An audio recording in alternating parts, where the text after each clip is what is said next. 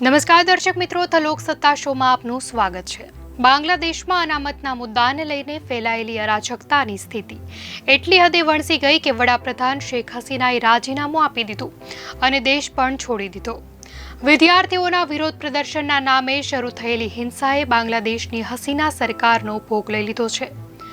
આરક્ષણનો વિરોધ કરવાના ઓથા હેઠળ ઉગ્રવાદીઓએ ફેલાવેલી હિંસાના પગલે સેંકડો લોકો માર્યા ગયા છે।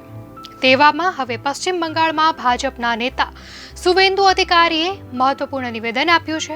તેમણે કહ્યું છે કે થોડા જ દિવસોમાં 1 કરોડ બાંગ્લાદેશી હિન્દુ શરણાર્થી પશ્ચિમ બંગાળમાં આવશે।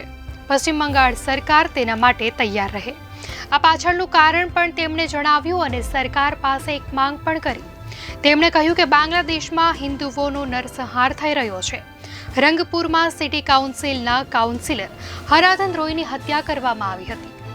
સિરાજગંજ પોલીસ સ્ટેશનમાં 13 પોલીસ કર્મીઓની હત્યા કરી દેવાઈ, જેમાંથી 9 પોલીસ કર્મીઓ હિન્દુ છે। નોવાખલીમાં હિન્દુઓના ઘર સળગાવાયા। તૈયાર રહો, 1 કરોડથી વધુ બાંગ્લાદેશી હિન્દુઓ બંગાળ આવી રહ્યા છે।